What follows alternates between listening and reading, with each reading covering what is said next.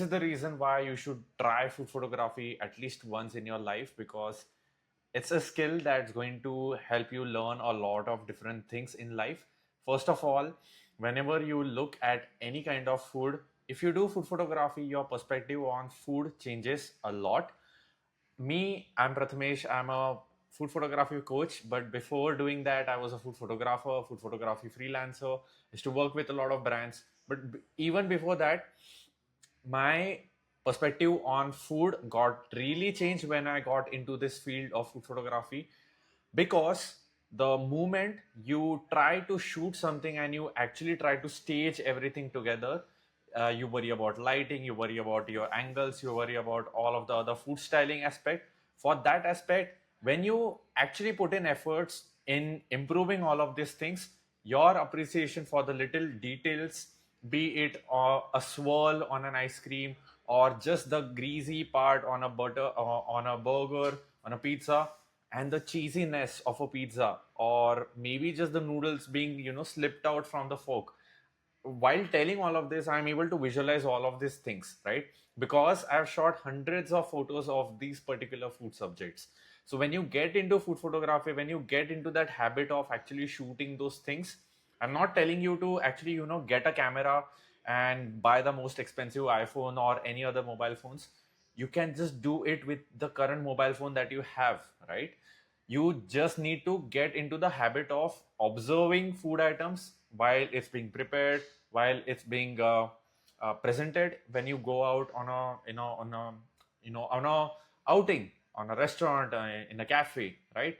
While you do that, also some one another side fact: when you go out on in restaurants, in cafes, your appreciation, you become more empathetic to the staff, because all of the efforts that the chef puts in for creating that interesting looking dishes, you actually think about the efforts that are being put in while preparing all of those dishes. And when it's coming to you, while the steward brings the dish to you, you actually feel the empathy and the kindness towards the food as well as the people and the whole establishment. And as a result, you get more kind and more generous as well, right?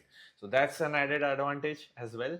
And let me tell you, like, when you actually get into this craft of food photography, when you try to create a nice food scene in your home, when you get a backdrop stand, when you lay it on the table, when you are having a tile like themed backdrop stand, backdrops, you have some ceramic plates, you have some ceramic crockery.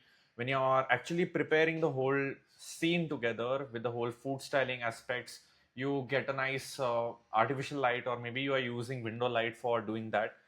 When you are doing that, you actually get more observant on that fact that it's really a difficult task. I should not say difficult, because it's achievable, but it's a thing that what you see on Pinterest, on Instagram, or any other billboard for that matter, where you are seeing professional food photos, professional product photos, you also should see the behind the scenes of those photographers, because the efforts, the props and equipment and all of the passion that goes into creating this thing, it's very interesting, right? So you should actually watch a behind the scenes video where a professional is actually breaking down the scene together. That's what I actually do on other YouTube videos, if you see on my YouTube channel.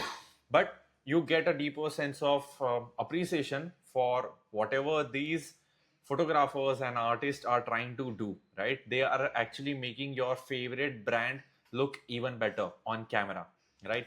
So no matter what stage you are, maybe you have not even thought about getting a camera, or taking your mobile phone for shooting amazing food photos, or whatever. Maybe you are a professional, you are already doing all of these things that I already told.